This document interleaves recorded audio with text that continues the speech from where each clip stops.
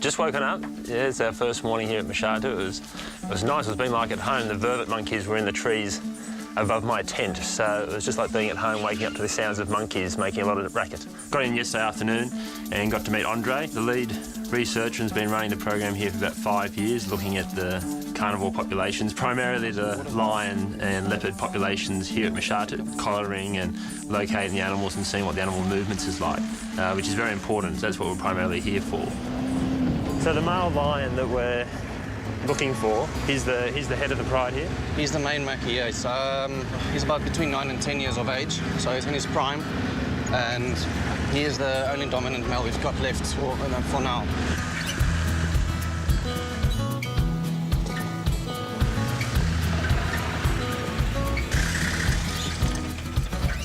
This is the satellite collar we're going to use for Matswane, the male lion.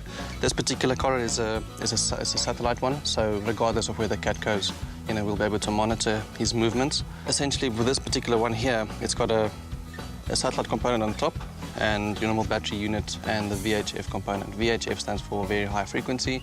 It's the way we track them on the ground. Until now, we've been using the cell phone-based ones, and the cell phone coverage in this area is very patchily distributed.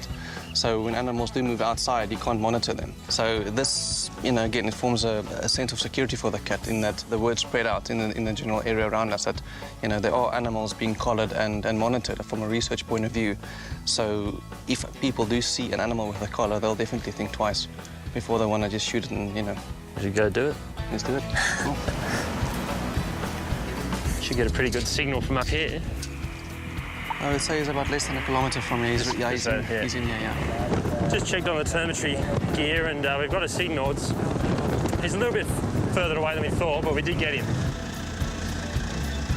Over the last 10 years, in my travels across to Africa, I've been involved in various big cat projects with lions and leopards, but I've never had the opportunity to be involved with the collaring of a large, dominant male like we have today. So from a personal level, I'm very, very excited.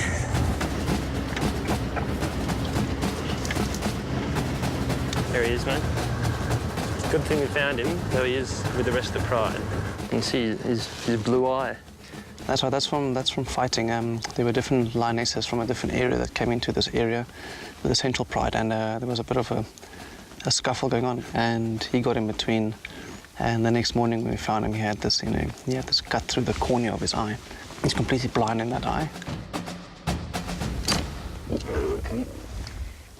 I'd try and park the vehicle between the male and the rest of the pride. Just gives us a little bit more of a buffer. But he's just started to go down. Going to use the other vehicle to come in and try and push the rest of the pride away so we can concentrate on the male. Okay, there we go. Maybe one more. All right. I think we need one more at the back. What's wrong? Maybe. Okay. Almost. Sorry, John. 1, 2, 3, up. That's The whole reason we came across to Mashatu was obviously to collar this male.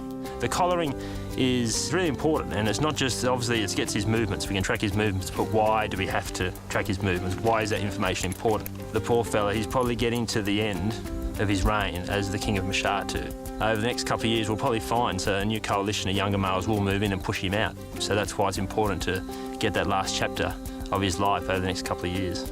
The idea when we've got one of these cats knocked out, you want to get as much information as you can in the shortest period of time. So getting some DNA samples and monitoring the heartbeat, all those type of things, any information you get is great. Oh, it doesn't sound too bad, actually. Does it? Awesome. Whilst this was all going on, we turned around, trying to keep an eye on the lions, but at the same time, got a flat tyre, so if we wanted to make a quick escape, it wouldn't have been possible anyway. Just roll him over. That's it. You take into account you are in the middle of Botswana, and you do have a pride of lions, probably 20 metres behind you in the grass, and you're working on a 200-kilo male lion, so you're taking all those factors into the equation, and it was a very, very, very good result. Just make out the reversal. Yeah. How long does this take, Eric? Anything between 2 and 10 minutes. Well, sometimes at the last time it took about 18 minutes. We're just waiting for him to wake up. We've been waiting about 25 minutes now, and so he's a bit of ear twitching, but he hasn't actually fully woken up yet, so we're going to hang around until we make sure he's okay and he's up on his feet. He seems all right, mate? No, he does. A little bit groggy still as he got up, but he'll walk it off and he's up and awake now. He's focusing and he's going. Good work. Well done. Cheers, Thank mate. you. Cheers, man. Okay. The big boy, the big lion, he's got that collar on him now for the next 2 years.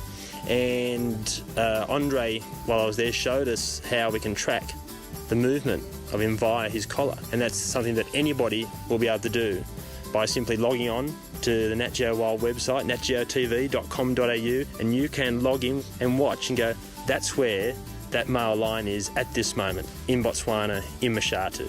It's nice to get in at this level, and we can see, as we've been talking about, over the next 2 years, we'll watch how this male lion's life will change from being the king, having Mashatu to himself, to probably over the next 2 years declining and eventually passing on. You know, he might be a little bit scarred up and he might have the blue eye, though I think he's had a pretty good life, and if you could ask him, he'd have a pretty good story to tell.